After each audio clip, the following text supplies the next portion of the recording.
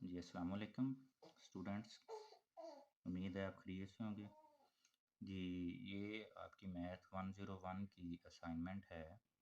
जो section incharge हैं दानिश जैदी साहब हैं, उनकी है असाइनमेंट। उसमें दो क्वेश्चन दिए गए कि एक सोल्यूशन निकालना है अपने x² - 9 इक्वल टू दिस, वो मोड में है, और उसको सारी वैल्यूज़ के लिए हमने डिस्कस भी करना है, वो मैंने नीचे किया हुआ है। सबसे पहले तो आपको मॉडुलस का पता हो, वो क्या होता है, इसको एब्सोल्यूट वैल्यू कहते होते हैं। ये क्या होती है, ये हमारे पास किसी भी फंक्शन की एब्सोल्यूट वैल्यू की अगर हम बात करें तो वो हमारे पास पॉजिटिव होगी कोई भी वैल्यू, कब, जब आपके पास x 0 होगा। वो ज़ीरो होगी कब, जब x की वैल्यू ज़ीरो होगी, और वो नेगेटिव वैल्यू कब होगी, जब x की वैल्यू << 0 होगी। इसको एब्सोल्यूट कहते हैं, यानी कि हमने जब भी इंटरवल को ख़त्म करना है तो वो पॉजिटिव और नेगेटिव दोनों के लिहाज से करना है। जी, तो जब भी एब्सोल्यूट वैल्यू हो तो उसका दूसरा नाम मॉडुलस होता है। मॉडुलस को जब भी हम सॉल्व करते हैं तो आपने हमेशा जो भी गिवन फंक्शन होगा उसके लिए दूसरी साइड पे आपने पॉजिटिव नेगेटिव लगाना होता है, इसके मुताबिक, उसकी डेफिनेशन के मुताबिक। डेफिनेशन में होता है जब पॉजिटिव हो तो फिर हम पॉजिटिव कंपोनेंट को लॉक कर लेते हैं, नेगेटिव हो तो नेगेटिव कंपोनेंट को लॉक कर लेते हैं। ये बिल्कुल सिंपल सा मेथड है उसको सॉल्व करने का। पॉजिटिव लिया तो हमने ये दोनों वैल्यूज उठा के दूसरी तरफ लेके, जो पॉजिटिव नेगेटिव होगी, नेगेटिव पॉजिटिव होगी। तो ये हमारे पास सोल्यूशन x(-9 - 3 6) आगे फैक्टराइजेशन की है और उससे हमें दो कंपोनेंट मिले हैं। सेम इसी तरह जब हम नेगेटिव में आते हैं तो नेगेटिव में भी एज इट वैसे ही करना है। हम इन जो नेगेटिव कंपोनेंट है दूसरी तरफ ला के पॉजिटिव और पॉजिटिव को नेगेटिव कर देना है। उसी तरह ये हमारे पास 12 बन जाएगा, इसके हमने फैक्टर्स बना देंगे। जब फैक्टर्स बना देंगे तो फैक्टर्स बनाने के बाद हमारे पास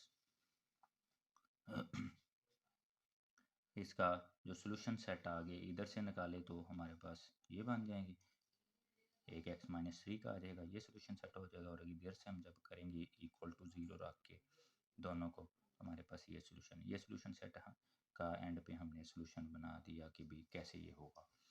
फिर उसने कहा था कि भी ये, जैसा कि अगर हम ऊपर देखें तो उसने कहा था कि भी सारी वैल्यूज़ को डिस्कस भी करना है, तो वो ये मैंने नीचे उसका बताया है कि all four value set held to absolute values function. तो अब जो आंसर्स आए हुए हैं हमारे पास, ये वाला और ये वाला, इनको हमने ओरिजिनल फंक्शन में पुट करना है। जो ओरिजिनल फंक्शन हमें ये दिया गया, ये वाला, पॉजिटिव के लिहाज से, नेगेटिव के लिहाज से। तो अब जब हम पुट करेंगे उनमें क्या होना चाहिए, जब हम पुट करें या पॉजिटिव कंडीशन होल्ड करें या नेगेटिव कंडीशन होल्ड करें, इन दोनों के अलावा कोई और नहीं आनी चाहिए। जी, जब हमने ये पुट करके देखा, -2 था वो रखा, उसको सॉल्व किया तो उसमें देखा तो ये हमारे पास -5 मोड आंसर में इधर। तो जी ये हमारे पास 2 फुट किया, तो जब -5 आया तो मोड में से हम नेगेटिव वैल्यू की रिप्रेजेंटेशन करेंगे तो वो हमारे पास दोनों सेम आ जाएंगे। इसी तरह जैसे 3 दिया गया है, ऊपर 3 को जब हम करेंगे तो 3 में भी ऐसे ही हमारे पास आ जाएगा 0 इक्वल टू 0 मोड, वो हमारे पास आ जाएगा। नेक्स्ट जब 4 की बात करते हैं तो -4 है जी, वो -4 भी उधर ओरिजिनल फंक्शन में पुट किया, हमारे पास ये भी इक्वल दोनों लेफ़्ट राइट हो जाएंगे। 3 वाला वही है जो ऐसे ये किया है, तो इसको मैंने इसलिए दोबारा नहीं लिखा है। जी, तो ये था आपका क्वेश्चन पहला जी। सेकंड क्वेश्चन है आपके पास,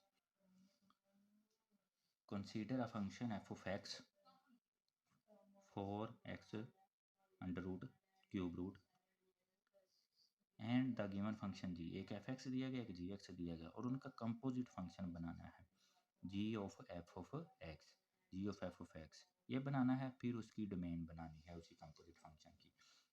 मैं आपको थोड़ा सा कंपोजिट फंक्शन का बता दूं, वो क्या होता है। ये हमारे पास कोई फंक्शन x है, उसकी जो भी वैल्यू हमें उससे गर्जनी है, उसकी मैपिंग जब हम करवाएं f के साथ, ये कोई हम f ऑपरेटर लिया, उसमें वो x वैल्यूज़ रखी, तो हमारे पास f ऑफ x आ जाएगा।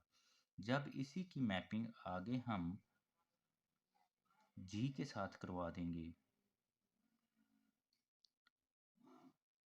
तो वो हमारे पास ये g है, तो जी का जब इधर से कोई वैल्यूज लेंगे मसलन ए बी सी, उसको एफ ऑफ एक्स की वो वैल्यूज होंगी उसको जी में रखेंगे, तो वही सारा फंक्शन हमारा जी ऑफ एफ ऑफ एक्स हो जाएगा। इसको जी ऑफ एफ ऑफ एक्स कहेंगे।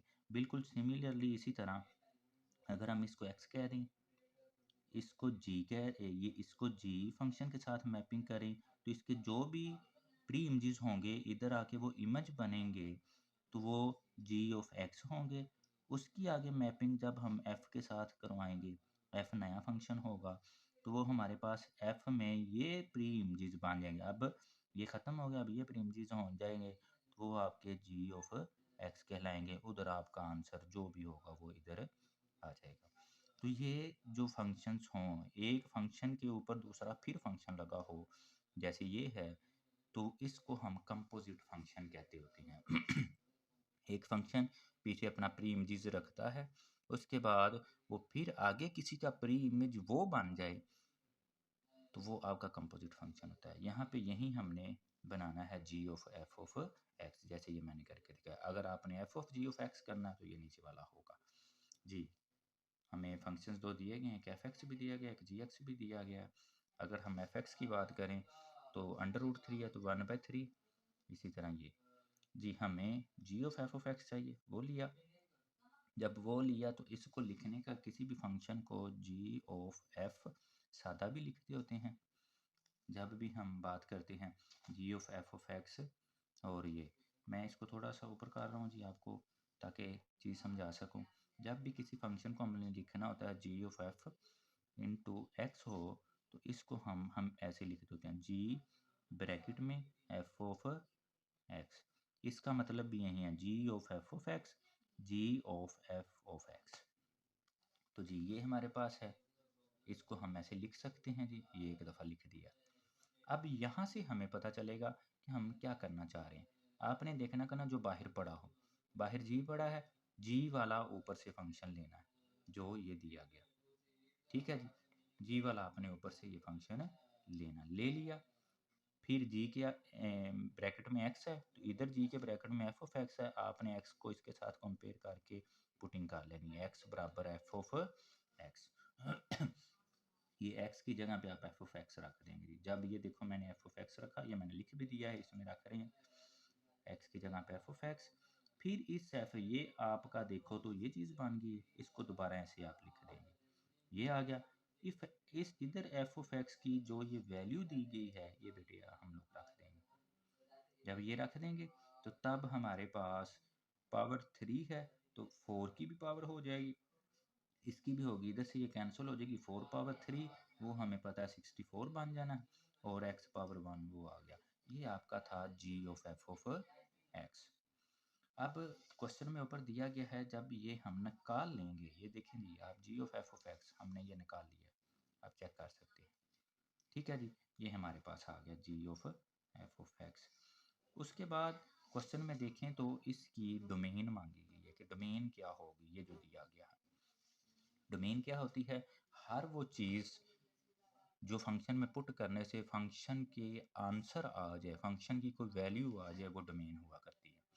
अब अगर हम रियल लाइन की बात करें, ये ओरिजिन है, ये नेगेटिव अफिनिटी हो जाएगा, ये आपका पॉजिटिव अफिनिटी हो जाएगा। आप कोई भी नेगेटिव वैल्यू पुट कर लें इधर, कोई भी पॉजिटिव वैल्यू इधर पुट कर लें, तो आप देखेंगे जो भी वैल्यू पुट करते हैं, मसलन कोई भी -1 -2 -3 कुछ भी पुट कर दें इधर एक्स की जगह पे, आपको कोई नेगेटिव आंसर मिलेगा, ठीक है जी।